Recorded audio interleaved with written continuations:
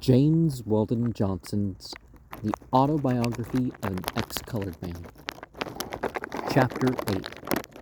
On the day following our night at the club, we slept until late in the afternoon, so late that the beginning of search for work was entirely out of the question. This did not cause me much worry, for I had more than $300, and New York had impressed me as a place where there was lots of money and not much difficulty in getting it. It is needless to inform my readers that I did not long hold this opinion. We got out of the house about dark, went round to a restaurant on 6th Avenue and ate something, then walked around for a couple of hours.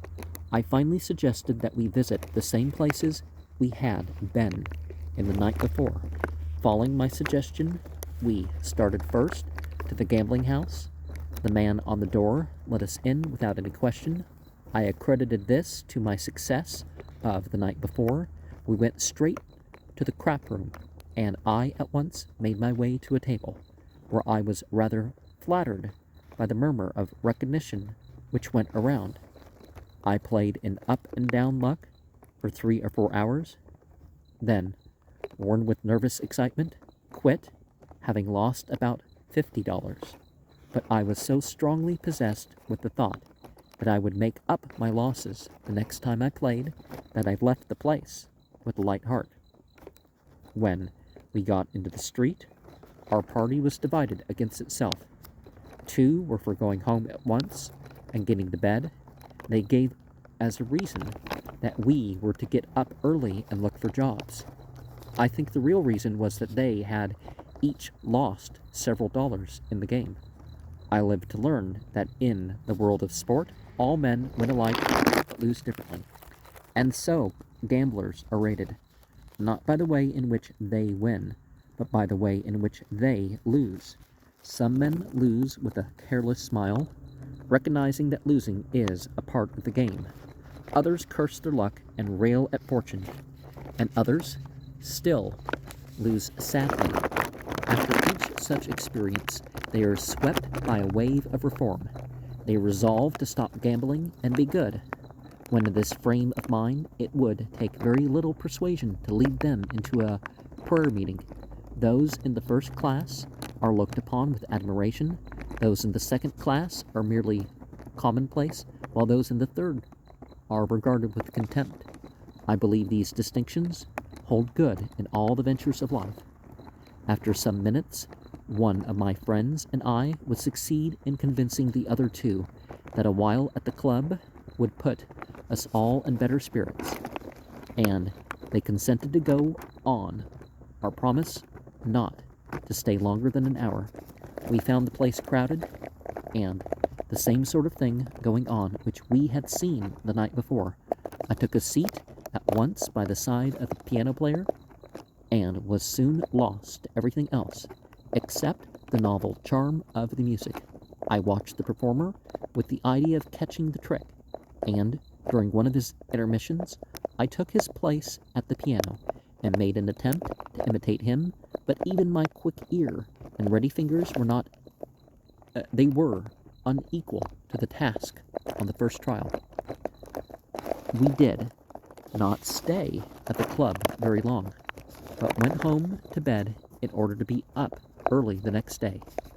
We had no difficulty in finding work, and my 3rd morning in New York found me at a table, rolling cigars. I worked steadily for some weeks, at the same time spending my earnings between the crap game and the club. Making cigars became more and more irksome to me. Perhaps my more congenial work as a reader had unfitted me for work at the table. And 2, the late hours I was keeping made such a sedentary occupation almost beyond the powers of will and endurance. I often found it hard to keep my eyes open, and sometimes had to get up and move around to keep from falling asleep. I began to miss whole days from the factory, days on which I was compelled to stay at home and sleep. My luck at the gambling table was varied. Sometimes I was $50 to $100 ahead, and at other times I had to borrow money from my fellow workmen to settle my room rent and pay for my meals. Each night after leaving the dice game, I went to the club to hear the music and watch the gaiety. If I had won, this was in accord with my mood. If I had lost, it made me forget. I at last realized that making cigars for a living and gambling for a living could not both be carried on at the same time, and I resolved to give up the cigar making. This resolution led me into a life which held me bound more than a year. During that period, my regular time for going to bed was somewhere between 4 and 6 o'clock in the mornings. I got up late in the afternoons, walked about a little, then went to the gambling house or the club. My New York was limited to 10 blocks. The boundaries were 6th Avenue from 23rd to 33rd Streets, with the cross streets 1 block to the west. Central Park was a distant forest, and the lower part of the city a foreign land. I look back upon the life I then led with a shudder when I think what would have been had I not escaped it. But had I not escaped it, I would have been no more unfortunate than are many young colored men who come to New York.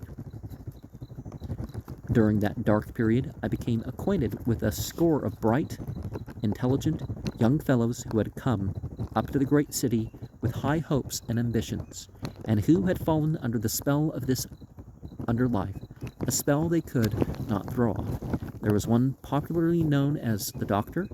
He had 2 years in the Harvard Medical School, but here he was, living this gaslight life, his will and moral sense so enervated and deadened that it was impossible for him to break away. I do not doubt that the same thing is going on now, but I have rather sympathy than censure for these victims, for I know how easy it is to slip into a slough from which it takes its Herculean effort to leap. I regret that I cannot contrast my views of life among colored people of New York, but the truth is, during my entire stay in this city, I did not become acquainted with a single respectable family. I knew that there were several colored men worth $100,000 or so each, and some families who proudly dated their free ancestry back a half-dozen generations. I also learned that in Brooklyn there lived quite a large colony in comfortable homes, most of which they owned, but at no point did my life come in contact with theirs. In my gambling experiences, I passed through all the states and conditions that a gambler is heir to. Some days found me able to peel $10 and $20 bills from a roll, and others found me clad in a linen duster and carpet slippers. I finally caught up another method of earning money, and so did not have to depend entirely upon the caprices of fortune at the gambling table. Through continually listening to the music at the club, and through my own previous training, my natural talent and perseverance, I developed into a remarkable player of ragtime indeed. I had the name at that time of being the best ragtime player in New York. I brought all my knowledge of classic music to bear, and in so doing achieved some novelties which pleased and even astonished my listeners. It was I who first made ragtime transcriptions of familiar classic selections. I used to play Mendelssohn's Wedding March in a manner that never failed to arouse enthusiasm among the patrons of the club. Very few nights passed during which I was not asked to play it. It was no secret that the great increase in slumming visitors was due to my playing. By mastering ragtime, I gained several things. First of all, I gained the title of professor. I was known as the professor as long as I remained in that world.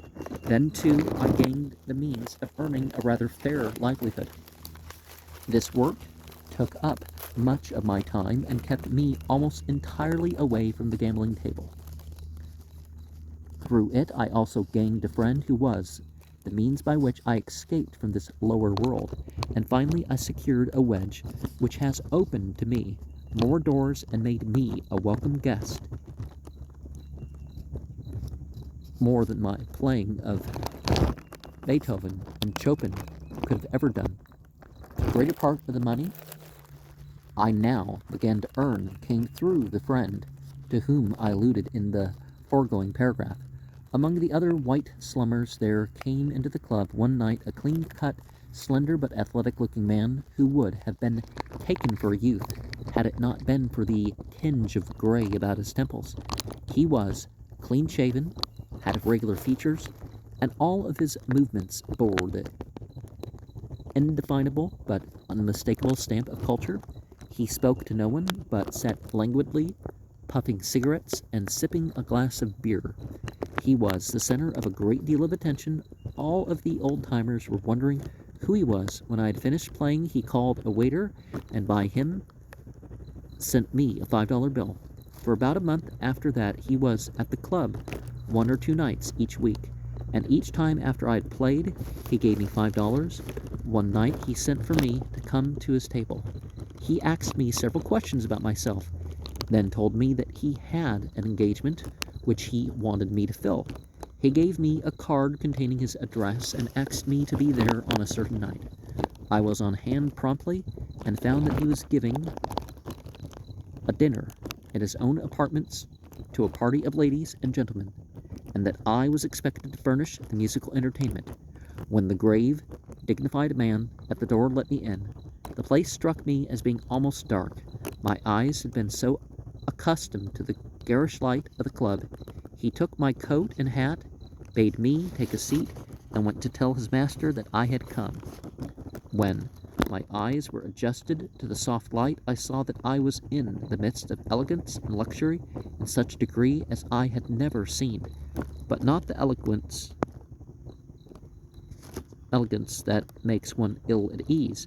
As I sank into a great chair, the subdued tone, the delicately sensuous harmony of my surroundings drew from me a deep sigh of relief and comfort. How long the man was gone, I do not know, but I was startled by a voice saying, "Come this way, if you please, sir," and I saw him standing by my chair. I had been asleep, and I awoke very much confused and a little ashamed, because I did not know how many times he may have called me. I followed him through the dining room, where the butler was putting the finishing touches to a table which already looked a big jewel. The doorman turned me over to the butler, and I passed with the butler on back to where several waiters were busy polishing and assorting table utensils. Without being asked whether I was hungry or not, I was placed at a table and given something to eat. Before I had finished eating, I heard the laughter and talk of the guests who were arriving. Soon afterwards, I was called in to begin my work. I passed in to where the company was gathered and went directly to the piano. According to a suggestion from the host, I began with classic music. During the first number, there was absolute quiet and appreciative attention, and when I had finished, I was given a round of generous applause. After that, the talk and laughter began to grow until the music was only an accompaniment to the chatter. This, however, did not disconcert me, as it once would have done, for I had become accustomed to playing in the midst of uproarious noise. As the guests began to pay less attention to me, I was enabled to pay more to them, and there were about a dozen of them. The men ranged in appearance from a girlish-looking youth to a big, grizzled man whom everybody addressed as Judge. None of the women appeared to be under 30, but each of them struck me as being handsome. I was not long in finding out that they were all decidedly blasé. Several of the women smoked cigarettes, and with a careless grace which showed they were used to the habit. Occasionally, a "damn it" escaped from the lips of some one of them. but in such a charming way as to rob it of all vulgarity. The most notable thing which I observed was that the reserve of the host increased in direct proportion with the hilarity of his guests. I thought that there was something going wrong which displeased him. I afterwards learned that it was his habitual manner on such occasions. He seemed to take cynical delight in watching and studying others indulging in excess. His guests were evidently accustomed to his rather non-participating attitude, for it did not seem in any degree to dampen their spirits. When dinner was served, the piano was moved and the door left open so that the company might hear the music while eating. At a word from the host, I struck up one of my liveliest ragtime pieces. The effect was perhaps surprising even to the host. The ragtime music came very near spoiling the party so far as eating the dinner was concerned. As soon as I began, the conversation stopped suddenly. It was a pleasure to me to watch the expression of astonishment and delight that grew on the faces of everybody. These were people, and they represented a large class, who were ever expecting to find happiness in novelty, each day restlessly exploring and exhausting every resource of this great city that might possibly furnish a new sensation or awaken a fresh emotion, and who were always grateful to anyone who aided them in their quest. Several of the women left the table and gathered about the piano. They watched my fingers and asked what kind of music it was that I was playing, where I had learned it, and a host of other questions. It was only by being repeatedly called back to the table that they were induced to finish their dinner. When the guests arose, I struck up my ragtime transcription of Mendelssohn's Wedding March, playing it with terrific chromatic octave runs in the bass. This raised everybody's spirits to the highest point of gaiety, and the whole company involuntarily and unconsciously did an impromptu cakewalk. From that time on until the time of leaving, they kept me so busy that my arms ached. I obtained a little respite when the girlish-looking youth and one or two of the ladies sang several songs, but after each of these it was back to ragtime. In leaving, the guests were enthusiastic in telling the host that he had furnished them the most unique entertainment they had ever enjoyed.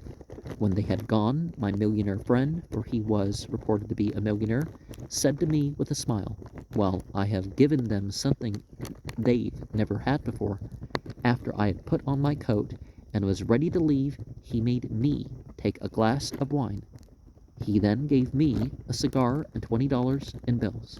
He told me that he would give me lots of work, his only stipulation being that I should not play any engagements such as I had just filled for him, except by his instructions. I readily accepted the proposition, for I was sure that I could not be the loser by such a contract. I afterwards played for him at many dinners and parties of one kind or another. Occasionally he loaned me to some of his friends, and, too, I often played for him alone at his apartments. At such times he was quite a puzzle to me until I became accustomed to his manners. He would sometimes sit for 3 or 4 hours hearing me play, his eyes almost closed, making scarcely a motion except to light a fresh cigarette, and never commenting one way or another on the music. At first I used sometimes to think that he had fallen asleep and would pause in playing. The stopping of the music always aroused him enough to tell me to play this or that, and I soon learned that my task was not to be considered finished until he got up from his chair and said, "That will do." A man's powers of endurance in listening often exceeded mine in performing, yet I am not sure that he was always listening. At times I became so oppressed with fatigue and sleepiness that it took almost superhuman effort to keep my fingers going. In fact, I believe sometimes I did so while dozing. During such moments, this man, sitting there so mysteriously silent, almost hid in a cloud of heavy-scented smoke, filled me with a sort of unearthly terror. He seemed to be some grim, mute, but relentless tyrant possessing over me a supernatural power, which he used to drive me, on mercilessly to exhaustion, but these feelings came very rarely. Besides, he paid me so liberally I could forget much. There at length grew between us a familiar and warm relationship, and I am sure that he had a decided personal liking for me.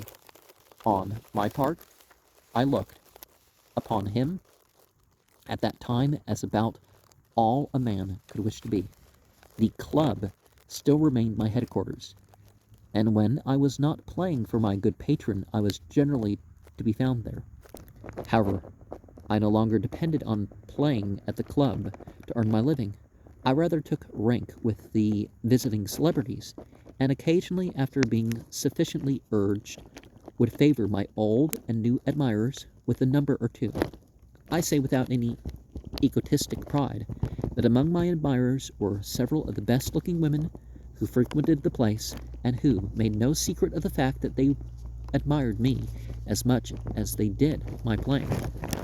Among these was the widow. Indeed, her attentions became so marked that one of my friends warned me to beware of her black companion, who was generally known as a bad man. He said there was much more reason to be careful because the pair had lately quarreled, and had not been together at the club for some nights. This warning greatly impressed me, and I resolved to stop the affair before it should go on any further. But the woman was so beautiful that my native gallantry and delicacy would not allow me to repulse her. My finer feelings entirely overcame my judgment. The warning also opened my eyes sufficiently to see that, though my artistic temperament and skill made me interesting and attractive to the woman, she was, after all, using me only to excite the jealousy of her companion and revenge herself upon him. It was this surly black despot who held sway over her deepest emotions. One night, shortly afterwards, I went into the club and saw the widow sitting at a table in company with another woman.